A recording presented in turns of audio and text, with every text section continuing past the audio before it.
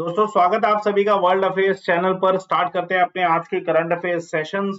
और ये current affair आपको डेली 6 AM पर आपको वर्ल्ड अफेयर्स पर मिल रहा है, तो आप इसको डेली बेसिस पे देखिए। Let's start with the 24 July current affairs. बहुत इंपॉर्टेंट करंट अफेयर्स है। पहला क्वेश्चन आप सभी के सामने, मन की बात। प्रधानमंत्री नरेंद्र मोदी जी का ये जो रेडियो प्रोग्राम के थ्रू अपने विचार लोगों तक पहुंचाने का सोर्स है ना। आप सभी जानते हैं। अब ये द हिंदू का आर्टिकल है जिसमें लिखा है कि ये जो मन की बात है इसका रिवेन्यू जनरेट जो हुआ है 2014 से लेके अब तक का कितना हुआ है, 30.80 करोड़ हुआ। ये आईबी मिनिस्ट्री जो है, इंफॉर्मेशन एंड ब्रॉडकास्टिंग मिनिस्ट्री, उसका अपडेट है। तो क्वेश्चन आ सकता है और ये क्वेश्चन का आंसर सीधा है 30.80। 30.80 इसका आंसर है। बहुत इजी क्वेश्चन है। मे बी आपको देखो, ये जो मन की बात है ना, ये ऑल इंडिया रेडियो स्टेशन से लाइव होता है, यानी कि आकाशवाणी। तो आकाशवाणी पे क्वेश्चन आ सकता है। ये एक गवर्नमेंट ऑफ इंडिया ऑर्गेनाइजेशन है। संसद मार्ग में इसका हेडक्वार्टर न्यू दिल्ली में। ओनर इसके प्रसार भारती। बहुत इंपॉर्टेंट चीज की स्थापना कब हुई, 23 जुलाई 1927। अच्छा क्वेश्चन है, आ सकता है। एक और क्वेश्चन उठा। क्वेश्चन देखिए आप सभी के सामने, defence research and development organisation DRDO के ऊपर क्वेश्चन है। डीआरडीओ अपने भारत का सबसे महत्वपूर्ण जो साइंस एंड टेक्नोलॉजी से संबंधित ऑर्गेनाइजेशन है। हाल फिलहाल में डीआरडीओ ने एक सक्सेसफुल फ्लाइट टेस्ट किया है किसका, आकाश मिसाइल का। आकाश मिसाइल वैसे पिछली भी बहुत है, लेकिन न्यू जनरेशन आकाश मिसाइल है। आप इधर देख सकते हो कि इसमें पूछा है स्ट्राइक रेट टारगेट डिस्टेंस कितना है इसका। आप इधर देखिए, ये जो इसमें आर्टिकल है इसमें लिखा है कि ये उड़ीसा में उड़ीसा कोस्ट में ये टेस्ट फायर किया गया successful. Surface to air missile, अलग अलग टाइप की मिसाइल होती है, surface to air, air to air, और ठीक है, इस तरीके से मिसाइल्स होती है। इसका आंसर क्या है, 60 किलोमीटर इसका आंसर है। अब इसकी पूरी इंफॉर्मेशन जान लेते हैं एक बार। डीआरडीओ ने बहुत कुछ किया इसमें। पहला तो डिस्टेंस जो है इसका 60 किलोमीटर बता दिया आपको। दूसरी इंपॉर्टेंट चीज, मैक्स स्पीड पूछी जा सकती है कि इसका जो मिसाइल है, आकाश एनजी मिसाइल जो है, इसका मैक्स स्पीड कितना है, 2.5। बहुत ज्यादा स्पीड होने पर उसे मैक में काउंट किया जाता है। बहुत सारे जो तेजस है इन सब का भी मैक में वैल्यू होता है। डीआरडीओ ने इसे अकेले नहीं किया, इसके साथ defence research and development laboratory, जिसके हेडक्वार्टर कहाँ पे, हैदराबाद। कोर्स का क्वेश्चन मैं आपको बता चुका हूँ कि कौन सी लोकेशन पे ये टेस्ट फायर हुआ, तो उड़ीसा में। मे भी पॉसिबिलिटी कि आपको डीआरडीओ के ऊपर पूछा जाए कि स्थापना कब हुई। स्थापना कब हुई क्वेश्चन आ सकता है, तो देखते हैं। स्थापना 1 जनवरी को हुई। एग्जैक्टली ना, 1 जनवरी को डीआरडीओ डे बनाया जाता है। 1958 में स्थापना 1 जनवरी को हुई थी। हेडक्वार्टर्स का न्यू दिल्ली में है। मोटो इसका है, strength origin is in knowledge. Question अच्छा है, मोटो पे क्वेश्चन आते हैं। अब जैसे डीआरडीओ एक बहुत बड़ा ऑर्गेनाइजेशन है, तो चेयरमैन के क्वेश्चन आएंगे, जैसे इसरो, डीआरडीओ, इन सबके चेयरमैन के क्वेश्चन बहुत मिलते हैं। डॉक्टर जीएस सतीश रेड्डी इसका चेयरमैन है इस समय, डॉक्टर जीएस सतीश रेड्डी। साथ के साथ पेरेंट एजेंसी क्या है, मिनिस्ट्री ऑफ डिफेंस के अंडर डीआरडीओ आता है। Rajnath Singh minister of defence है। ये सब सवाल आपको बहुत पूछे जाएंगे डीआरडीओ से संबंधित, क्वेश्चन याद रखिएगा। एक और क्वेश्चन देखिए, फाइजर बायोटेक। अब आप सभी जानते हैं कोविड 19 का जो वैक्सीन है वो हर जगह प्रोवाइड होनी चाहिए। वर्ल्ड हेल्थ ऑर्गेनाइजेशन तो यही चाहता है। तो साथ के साथ फाइजर बायोटेक और इन दोनों ने बायोवैक इंस्टीट्यूट के साथ ना एग्रीमेंट साइन किया है। किस देश के लिए, कहाँ पे, कोविड 19 की वैक्सीन प्रोवाइड कराने के लिए। यहाँ पे आप फाइजर का एक जो आर्टिकल देख रहे हो, ठीक है, साइट पे, ऑफिशियल साइट पे, कि फाइजर और बायोटेक ने बायोवैक, एक कैप्टेन जो Cape Town south Africa based bio pharmaceutical company, उसके साथ टाई अप किया। तो ऑब्वियसली साउथ अफ्रीका के लिए किया होगा, है ना। तो क्रिस्टल क्लियर इसका आंसर है साउथ अफ्रीका। साउथ अफ्रीका इसका आंसर है। आप ना साउथ अफ्रीका पे क्वेश्चन भी आ सकते हैं, प्रेसिडेंट का नाम पूछा जा सकता है, तो याद रखिएगा, रिसल रंबासा, ठीक है। कारल रंबासा, कैपिटल कैपटाउन है। करेंसी अगर मैं बात करूं तो साउथ अफ्रीकन रांड जो है इसकी करेंसी है। क्वेश्चन आने के चांस है। इसका जरूर याद रखिएगा, बायोवैक का जो है कैपटाउन इसका आंसर होगा। कैपटाउन में इसकी लोकेशन है ना। इसका क्वेश्चन आ सकता है, कैपटाउन का क्वेश्चन आपको मिल सकता है। चलो एक और क्वेश्चन देखो, स्टेट गवर्नमेंट के ऊपर क्वेश्चन।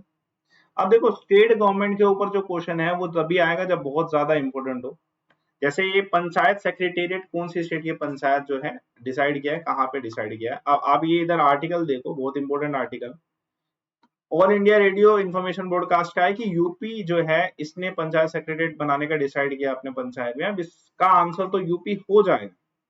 सवाल ये पूछा जा सकता है कि पर्पस क्या है इसका, मतलब पंचायत सेक्रेटेरिएट बनाने का। एक तो इजी रहे, लोकल जो रूरल डेमोक्रेसी है वो बढ़ती रहे, सबसे इंपॉर्टेंट चीज है employment, providing the employment, clear cut लिखा हुआ है इसमें कि जहां पे यूपी में जो रोजगार है उसको भी बढ़ाया जा सकता है रूरल लेवल पर, तो ये बढ़िया है, अच्छा तरीका है। जैसे अब ये पंचायत की बात हो रही तो मे भी आपसे पूछे कि हमारे जो यूनियन मिनिस्टर हैं पंचायत राज के रूरल डेवलपमेंट के कौन है, आ सकता है ना क्वेश्चन।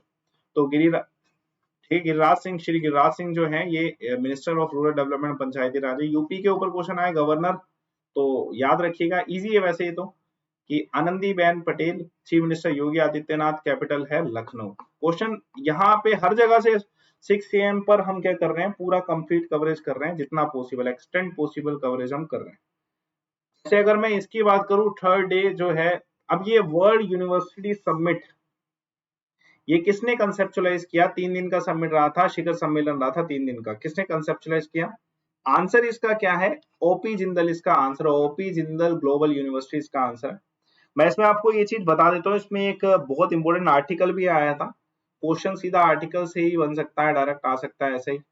इकोनॉमिक्स टाइम का, द इकोनॉमिक्स टाइम का आर्टिकल है कि इस पूरे वर्ल्ड यूनिवर्सिटी समिट जो 3 दिन हुआ, इसमें सबसे फेमस शख्सियत जो रही थी वाइस प्रेसिडेंट वेंकैया नायडू जी थे।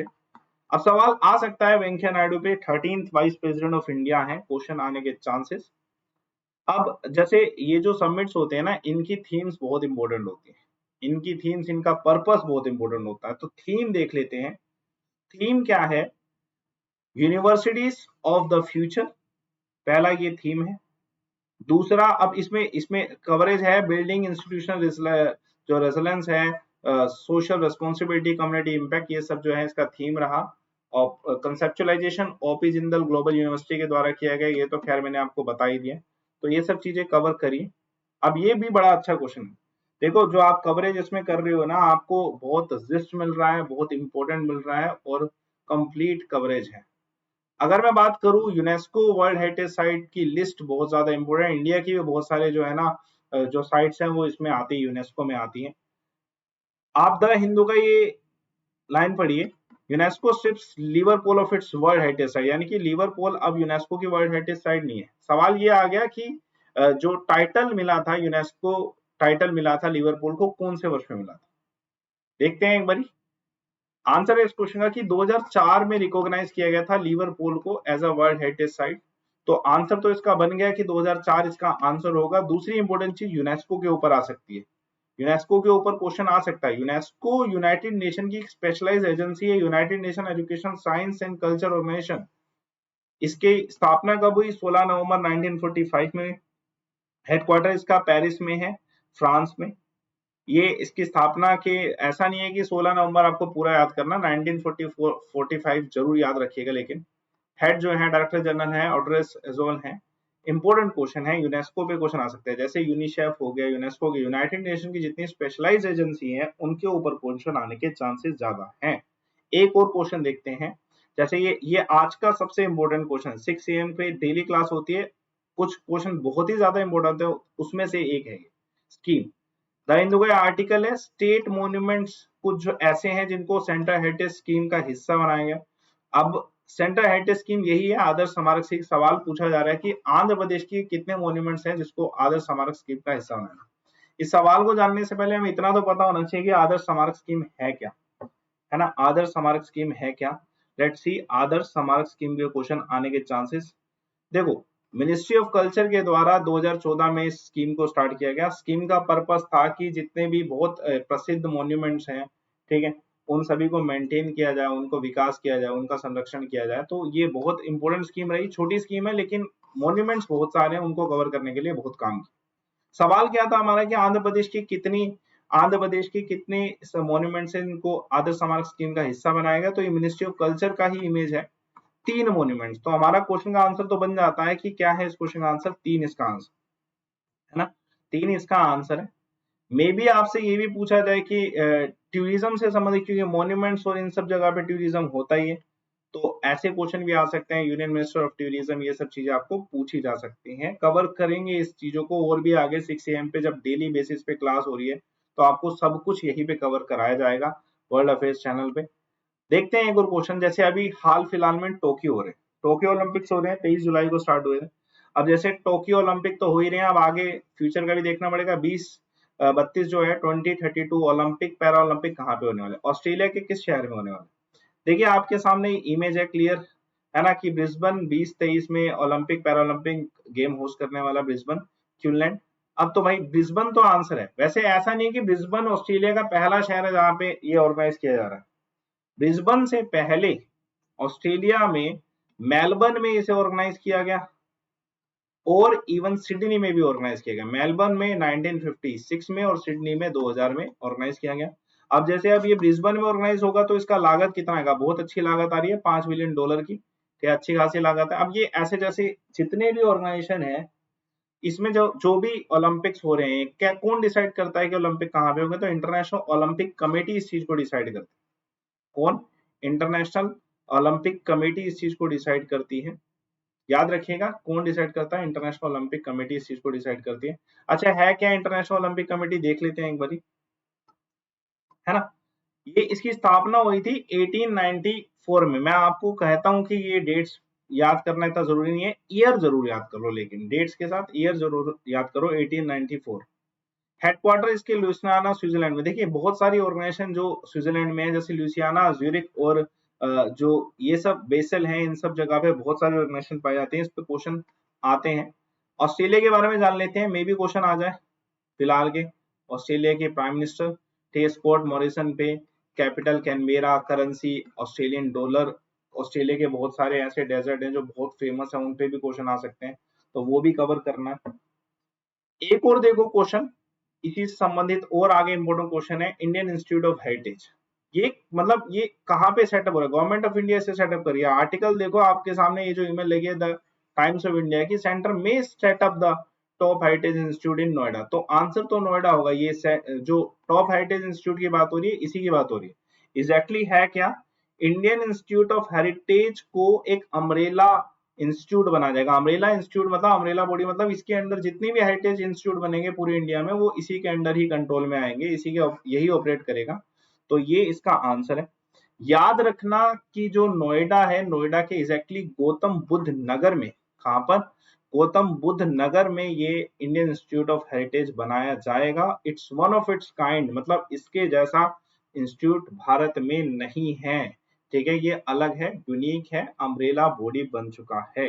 तो याद रखिएगा ये इंपॉर्टेंट क्वेश्चन है। आप 6 बजे जब आ रहे हो तो आप वर्ल्ड अफेयर्स पे सब कुछ कवर कर सकते हो, जितना एक्सटेंड पॉसिबल होगा आपको हर एक एग्जाम की प्रिपरेशन यहाँ पे कराई जाए। बाकी आपको अगर कंप्लीट बैचेस पढ़ने हैं, कंप्लीट बैचेस के लिए आप क्या कर सकते हैं, अनअकैडमी पे आ सकते हैं। अनअकैडमी प्लस कोर्सेज में अनलिमिटेड एक्सेस है, डाउट सेशंस हैं, टीचर से कनेक्ट कर सकते हैं, सारी सीरीज है। मतलब आपको सिंपल काम करना है, एसएससी गोल जब सिलेक्ट करें, गेट्स में क्लिक करें, हैव अ रेफरल कोड में जब भी आप लाइव अमन लगाएंगे तो आपको ऑटोमेटिकली सारे ऑफर्स अवेल होंगे, सारे टीचर्स अवेल होंगे, सारे एग्जाम अवेल होंगे। तो आप लाइव अमन रेफर कोड यूज करके मंथ 12 से 24 इसलिए क्योंकि बेटा 12 मंथ में 6 महीने का आपको ऑफर फ्री मिल रहा है, 24 मंथ का अगर आप 2 साल का लेते हैं तो उसमें आपको 1 साल फ्री मिल रहा है। तो ये आपके लिए बेस्ट ऑफर है, बेस्ट टीचर्स के साथ बेस्ट ऑफर्स अवेल कर सकते हैं आप अनअकैडमी पे। अनअकैडमी आपको कॉम्बैक स्कॉलरशिप भी दे रहा है संडे को 12 बजे। चलिए, तो धन्यवाद आप सभी का। सेशन को लाइक करिए, शेयर करिए। वर्ल्ड अफेयर्स पे आप 6 AM पर डेली बेसिस पे पढ़ सकते हैं। Thanks a lot.